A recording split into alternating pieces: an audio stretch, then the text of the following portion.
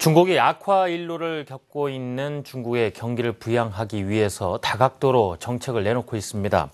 중국 경제 총책임을 맡고 있는 리커창 총리가 지난해부터 공급 측면을 강조하는 리코노믹스를 추진해 오다가 이번에 이 3분기 성장률이 발표된 이후부터 총수요를 진작하는 케인즈 처방까지 추진을 하고 있는데요.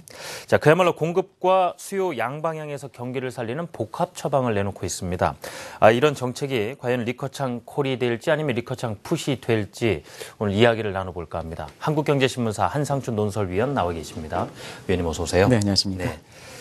중국이 기습적으로 전격적으로 금리를 인하하겠다는 내용을 발표했습니다. 오늘부터 실행에 들어가는데요. 이 3분기 성장률 발표하고 나서 여러모로 고민이 많았던 모양입니다. 예, 전쟁 치르는 것 같죠. 예. 이제는 확연하게 각국들이 돈을 풀고 네. 들어가기 청재 같은 경우는 선진국의 중앙은행 청재고 또 18개 국가의 유로존의 대표인데도 불구하고 모든 수단을 강구하겠다. 힘든 얘기거든요. 그래서 방송 전에도 진행자분과 같이 전쟁을 치르는 것 같다 이런 얘기했는데요. 물론 주가는 오르죠. 근데 주가가 저게 신뢰할 수 있는 주가냐. 예. 저게 굉장히 문제거든요. 그리고 지금은 돈이 너무 풀리기 때문에 한개 국채도 지금 밖에 가서 담보가치를 인정하지 않습니다. 이게 굉장히 큰 문제입니다. 이런 문제가 지금 우리 정책 당국자라든가 이런 분이 생각해 볼 문제인데요. 네. 우리 국채가 담보가치를 인정하지 못할 만큼 이게 돈이 많이 풀다 보니까 이렇게 금융과 관련된 상품들이 또 각종 금융의 가격 변수들이 이게 신뢰하지 못한다. 올라가긴 올라가더라도 저 언제 떨어질까 하는 이런 시각이 지금 팽보고 있다 이렇게 됐습니다. 또 정책도 그렇죠. 정책은 예고를 해야 되는데요. 지난 10월 말에 일본이 기습적으로 또 이번에도 국제사회 평가는 중국도 기습적으로 되게 갑작스럽게 그렇습니다. 이게 각국들의 지금의 모습이다 이렇게 보시면 되겠는데요. 중국 보겠습니다. 우리가 이제 3분기 성장률이 7.3%로 둔화됐죠. 네. 이제 7.3% 둔화는 그렇게 큰 문제는 아니라고 봅니다. 그러나 10월에 4분기에 PMI 지수 같은 부가가치 관련된 지수들이 굉장히 안 좋게 나오지 않습니까? 그러다 보니까 이 PMI든가 단기 부가가치에 지금까지 나타난 발표된 것을 보면 4분기 성장률이 경우에 따라서는 중국 정부가 마지노선 생각하는 7% 밑으로 떨어지지 않겠느냐 하는 이런 아주 위기의식이 바탕이 됐었거든요. 중국은 그렇습니다. 이 3분기 성장률이 이게 국가 통계에서 발표하면 한 달 전에는 거의 알아버리거든요. 통계 작업이. 그렇기 때문에 3분기 성장률이 낮아져서 이러는 것보다는 4분기에 이미 11월 말 되니까 4분기 성장률이 어느 정도 나오는 시점이거든요. 그런 상태에서 오면 어쩔 수 없이 중국의 정책금리인 대출금리와 예금리를 2년 4개월 만에 내리는 조치를 단행했는데요. 중국은 여러 조치가 있죠. 우리가 이제 3분기 성장률 발표할 때 3대 정책금리 RP금리를 내려서 당시에도 중국이 예금금리와 예금리와 대출금리를 내리지 않겠나 이렇게 이제 예상을 해봤고 한국경제TV를 통해서 방송도 해드렸습니다는. 정책금리 중에서는 가장 큰 금리가 대출과 예금금리인데요. 이 금리를 2년 3개월 한다. 이로써 향후에 중국 경제가 어떻게 될 것이냐 하는 이런 평가가 많이 나오고 있다 이렇게 볼 수 있습니다. 자, 앞서 제가 금리 인하 관련된 내용 전해드리면서 리코노믹스와 K지원 처방하면서 수요와 공급 관련된 말씀을 드렸는데요. 그 시각에서 보겠습니다. 중국이 1년 전부터 공급 중시 정책을 추진해 왔는데요. 이번 조치로 보면은 케인지원 정책으로 돌아왔다 이런 얘기가 나옵니다. 이 부분에 대해서 좀 자세한 설명을 들어봤으면 하거든요. 네, 중국의 이번 조치만 가지고 이렇게 매스컴이라든가 중국 관련된 전문가들이 좀 많이 해설하는 것 같은데요. 사실 이번에 처방이 나올 때는 중국이 1년 전에 처방했던 내용을 같이 대비시켜서 봐야 됩니다. 중국 같은 경우에는 1년 전에 경기가 둔화돼도 총수요 문제는 그렇게 썩 문제가 되지 않았었거든요. 왜냐하면 부동산의 강풍 문제가 있기 때문에 경기 둔화되는 문제를 총수요 측면에 진작해서 예를 들어서 금리를 이번 것처럼 내리거나 돈을 풀거나 하면 수요를 자극시켜준다는 수요를 자극시키면 부동산의 강풍이 더 심해지겠죠. 그죠? 그렇기 때문에 1년 전에는 사실상 오히려 서프라이 사이드 측에 공급 측에 이게 생산성이라든가 경제 의욕을 고취시켜서 경기를 좀 성장하겠다.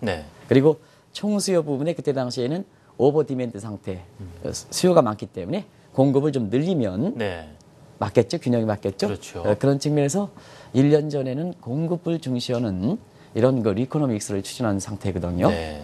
사실상 그런 측면에서 그때 당시에 나온 걸 보면 여기 우리 권 PD께서 자막을 보여주시겠습니다는 1년 전에 이 얘기 많이 나왔죠. 규제 완화. 뭐 경제 의결 고쳐오다 보니까 당연히 규제 완화.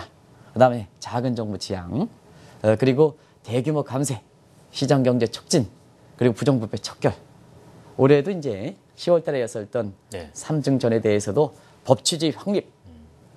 부정부패 척결. 이게 했었죠.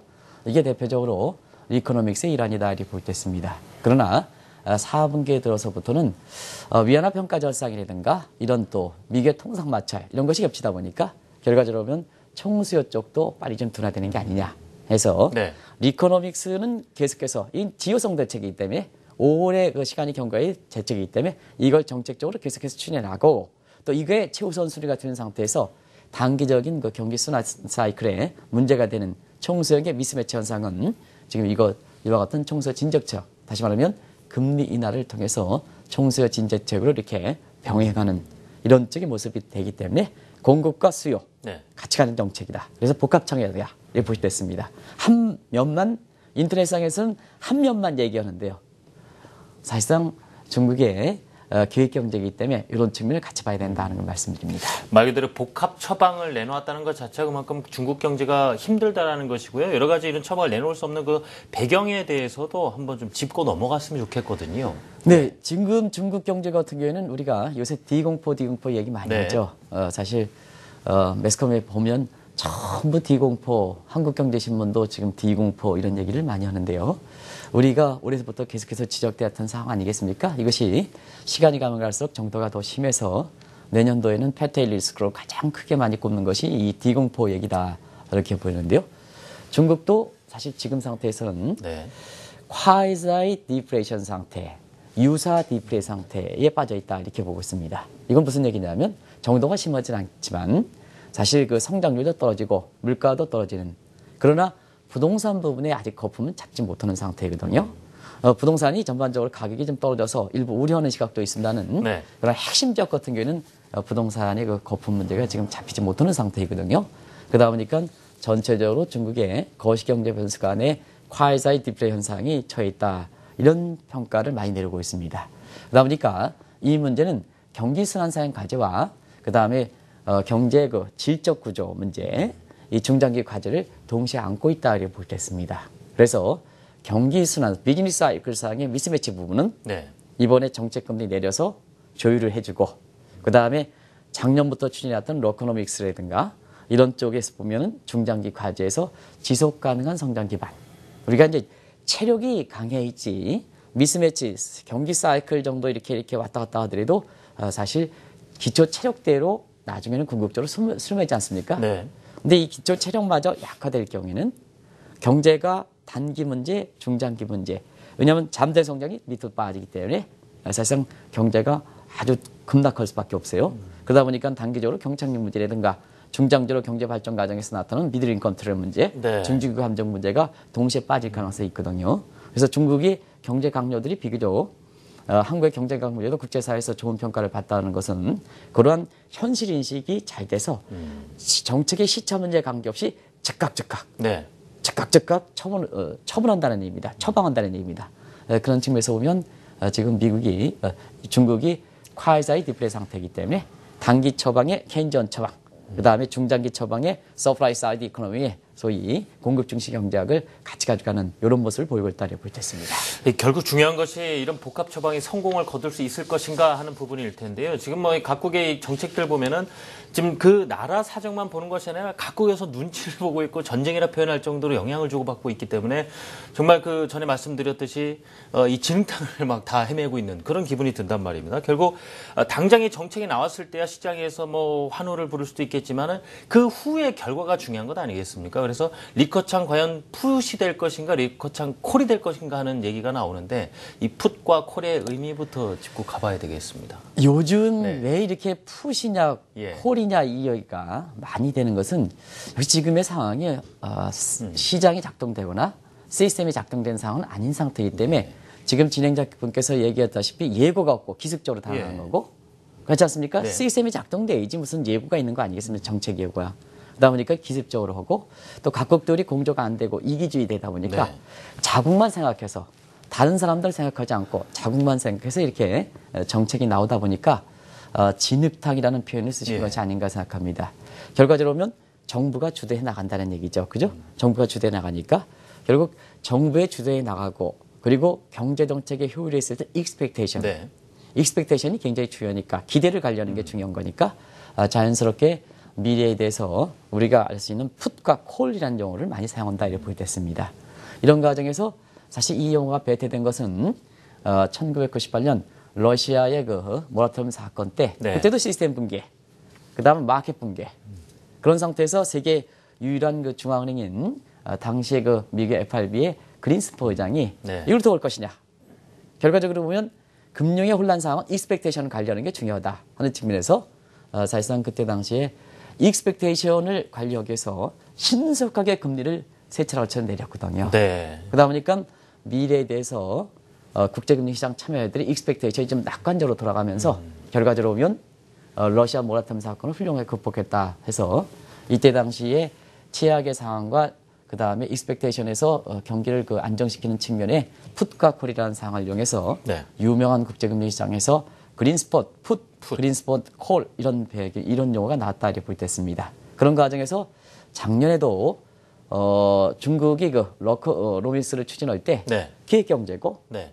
그 다음에 사실상 정부가 익스펙테이션을 관리하는데 초점이 돼 있었기 때문에 그때 당시에 추진했던 정책을 보통 러커창 풋, 러커창 콜. 왜냐? 러커창은 중국의 경제정책을 주도하는 사람이죠. 네. 시진핑은 국가주석이고 네. 그렇기 때문에 이 사람의 용어를 붙여서 풋과 콜로 이렇게 사용하는 용어가 그때 당시에 나왔는데요. 이번에도 다시 총수요 진작하는 정책이다 보니까 결국은 그렇거든요. 이 정책에 의해서 익스펙테이션이 중국 경제가 살아날까 하는 익스펙테이션 형성하면 사람들의 심리가 개선되니까 네. 소비하고 투자하겠죠. 경제 살아난다 하는 측면에서 미래에 대한 위험 감소적인 측면에서 러커창 풋이 되면 경제가 살아날 거고 네. 러커창 콜이 되면 이 정책이 악수가 된다 하는 이런 측면에서 다시 한번 이 용어가 부각되었다 이렇게 보시면 되겠습니다. 참 이 용어가 의미가 있는 것이 뭐 그린스펀 풋과 콜에서 시작은 됐지만 그 6년 전 미국 금융위기 때도 상당히 화두가 됐지 않았습니까? 당시에는 버냉키라는 이름이 붙었었는데요. 네, 예. 지금의 중국 경제 상황을 사실상 그 인민행장도 있긴 합니다는 네.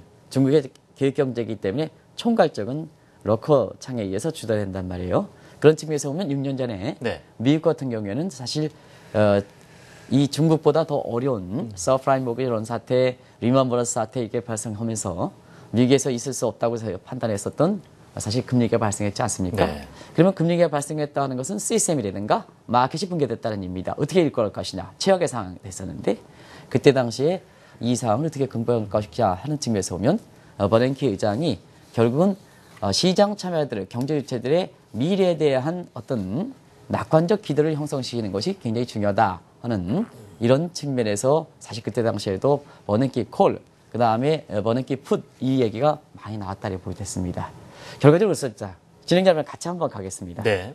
마켓 붕괴, 시스템 붕괴, 경제 주체들이 굉장히 어려워. 있을 수 없는 금융이 나왔어. 네. 그러면 자 시스템과 그 다음에 마켓을 전제로 해서 그동안 추진했던 금리를 0.25%포인트 내린다든가 이렇게 하면 정상적으로 보면 노멀 스텝 방식으로 하면 경제 주체들이 네. 익스펙테이션, 미래에 대한 익스펙테이션이 개선되겠습니까? 안 개선됐습니까? 어렵다고 봐야죠. 어렵다 했죠. 예. 그러다 보니까 그때 당시에 많은 학자들이 버냉키 회장이 당신 뭐 하는 거냐 이렇게 얘기했을 때 이 네.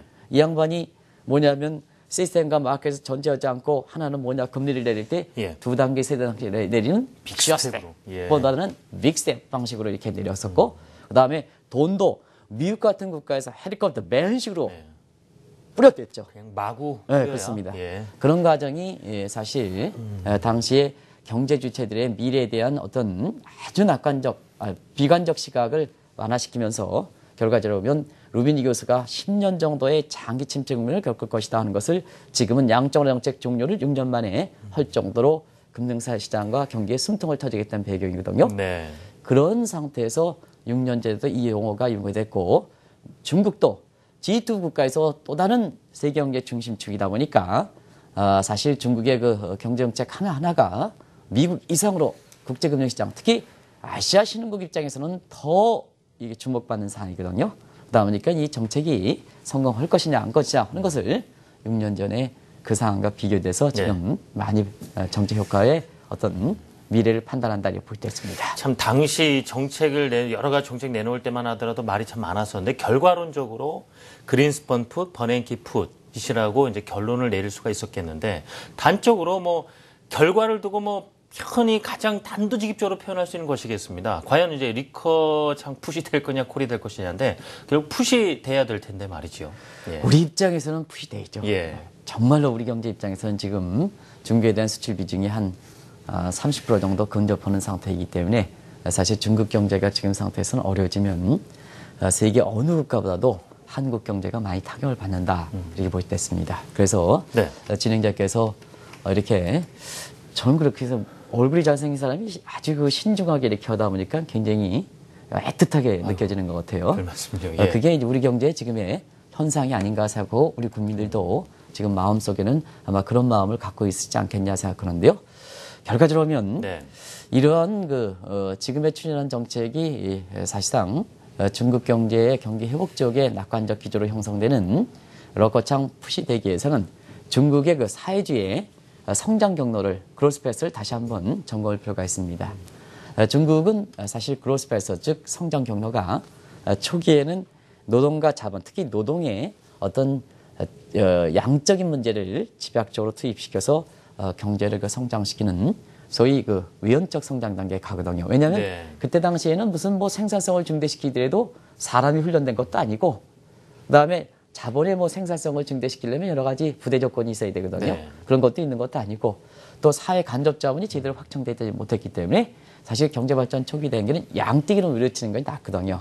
양떼기로 밀어치려면 노동 집약적 산업을 해야 되고 노동 집약적 산업에서 가장 관건이 되는 것은 노동자의 임금 상승인데 사실상 농촌에서 무한정 이렇게 임금 상승 없이 공급되다 보니까 루이스 전환점이 지나가기 전에는요. 그러다 보니까 초기 단계에는 노동 집약적인 위헌적 성장 단계를 할 수밖에 없거든요. 그러나 같은 면적이라도 아무리 이렇게 사람 한 사람 집어넣어도 생산성이 증가한다 해도 너무 많이 일정한 규모의 너무 많이 이렇게 사람을 좀 혼잡병이 발생하지 않습니까? 그럼 사람이 부대낀다는 이제 부대끼는 것.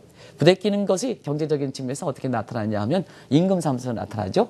그러면 사람의 소득 수준이 높아지면 어떠냐 하면 아파트 살라 그러죠. 그러면 자금세가 높아지니까 금리 올라가겠죠. 또 한 가지는 사실상 그런 상태에서 근로자의 이렇게 의욕 고쳐다가 소비 쪽으로 이렇게 충당하는 것을 방지하기 위해서는 결국 근로소득세 올려야 되겠죠. 세금 상승. 그다음에 아파트 부음이 있다면 땅값 상승되고 경우에 따라서는 위안화 절상까지 하는 오구로 나타나다 보니까 지금의 중국 경제가 그런 위헌적 성장 단계에서 내연적 상태로 과도기적인 상태에서 성장률 떨어지고 또 부동산 거품이라든가 이런 것은 위헌적 성장 단계의 후유증 상태에서 나타나는 문제다. 그래서 콰이자이 디프레이션 상태 이런 것이 지금 나타나는 과도기적 상태인데요. 앞으로 중국 경제는 이렇게 보시면 되겠습니다. 이제는 노동자 10사람이 투자한 것을 그래서 생산할 것을 이제 한 사람이 생산한다. 생산성 증대죠. 그럼 제가 진행자분에게 여쭙겠습니다. 노동자 한 사람의 집약적인 산업을 이렇게 해서 생산성을 증대시키려면 성장률 끌어올려야 됩니까? 안 끌어야 됩니까? 성장률 좀 과도하게 끌어올리면 거품이 발생하죠. 왜냐하면 노동자 한 사람당 생산성을 증대하려면 연구개발 투자를 많이 해야 된다는 겁니다. 연구개발 투자는 시간이 거쳐야 효과가 나타나는 거거든요. 그러면 자 과거처럼 문제가 됐던 부분에 있어서 단기적으로 좀 경기 부양해서 특정 부분을 시키면서 특정 부분을 수익률을 많이 증대시키면 연구개발 투자에 대한 어떤 의욕이 떨어진다는 겁니다. 그런 측면에서 지금 러커노믹스 같은 경우에는 이쪽 부분 R&D 지출 부분에 경제정책의 의욕을 고취시키는데 문제는 단기적인 문제가 너무 떨어질 경우에는 경제가 지효성 있는 정책을 받아들일 수는 완충 영역을 줬기 때문에 사실상 그런 것의 보완 차원에서 하는 거지 과거처럼 성장률을 끌어올린다 하면 이렇게 생각하시면 이렇게 생각하시는 분들이 있습니다. 과거 중국 경제가 잘 나갔을 때 10에서 12% 두 자리 때 끌어올리는 거 아니냐 이런 시각인데 이건 상당히 잘못되어 있다 이렇게 보였습니다. 그런 측면에서 중국이 지금의 왜 복합 처방에 가느냐 하는 측면은 바로 중국의 성장 경로 이행 과정에서 사실상 단기적인 문제, 그다음에 중장기 문제를 동시에 가져가고자 사실 복합 처방에 이른다 이렇게 보겠습니다. 네. 지금 뭐 풋콜 말씀 나온 김에요. 리코노믹스가 리커창 푸시되고 또 아베노믹스도 아베 푸시되기 위해서는 전제 조건이 있다. 결국 뼈를 깎는 개혁이 우선 돼야 된다. 이런 말이 나오고 있습니다. 그렇습니다. 지금 예. 상태에서 보면 한번 이게 잘 보세요. 중국도 단기 처방, 그다음에 리코노믹스의 구조조정 처방, 또 원래 아베노믹스도 그렇거든요. 발권력 동원해서 엔저를 자극하면 네. 그걸 통해서 구조개혁을 간다는 얘기죠. 세 가지 화살촉. 그리고 미국도 지금 보면 사실 버냉키의 양적으로 정책 금리해서 지금은 뭐냐면 강하게 산업구조 재편 쪽으로 가죠. 그 다음에 다시 한번 미국의 국방부라든가 이런 쪽에 계속해서 R&D 투자를 통해서 사실상 이런 구조 변화를 추진한 상태거든요. 그래서 뭐든지 정책이 돈 뿌리고 금리 인하면 안 된다. 그는 네. 그거 가지고 경기를 부양하는 건 모색하는 거 아니다. 그래서 그게 바탕이 돼서 충격요법을 동원해서 경제 주체들이 어느 정도 정책의 시그널에 대해서 반응도가 끌어올리면 그때부터는 뭐냐 구조개혁을 해야 된다. 근데 지금까지 나타나는 모습 보면 너무 양으로 밀어붙이는 돈을 밀어붙이는 그다음에 금리를 내리는 이 국면이 너무 오랫동안 간다. 이렇게 보시면 되겠습니다. 너무 오랫동안 간다. 네. 그러다 보니까 지금 돈값이 떨어지게 되고 기존에 담보를 인정받았던 여러 가지 금융자산이 사실 돈이 너무 프레드하다 보니까 시청자분도 저도 뭐 강의할 때 이럽니다. 지금은요. 과거에는 1억이 벌었습니다 하면 깜짝 놀라십니다. 근데 지금은 강의하다 보면 10억을 벌었습니다. 깜짝 안 놀랍니다. 1조 정도 됩니다. 이래야 지금 정도인데 이게 지금의 우리 국민들이 생각하는 시각이다. 물론 하나의 우스갯소리를 제가 얘기합니다. 네. 그게 강의 때 일반적으로 보면 이제 억하면 억소리가 아닙니다. 조해야 억소리가 난다는 얘기입니다. 그러다 보니까 기존에 모든 신용체계에서 담보를 유지했던 가치들이 전부 떨어지다 보니까 어떠냐. 네. 다른 한편에서는 금융상품의 화폐의 어떤 구매력을 증대시키기 위해서 리디노메이션이었는데 이제 뭐야 거래단을 좀 한번 축소해보자 하는 이런 얘기가 나오는 거고 그 다음에 담보 가치가 모두 금융자산이라든가 이런 것이 떨어짐에 따라서 실물적으로 다시 한번 옛날로 돌아가는 이런 풍토가 국제사회에서 나오는 배경이다 이렇게 보겠습니다. 네. 그래서 뭐든지 구조조정이 바탕이 돼야 된다.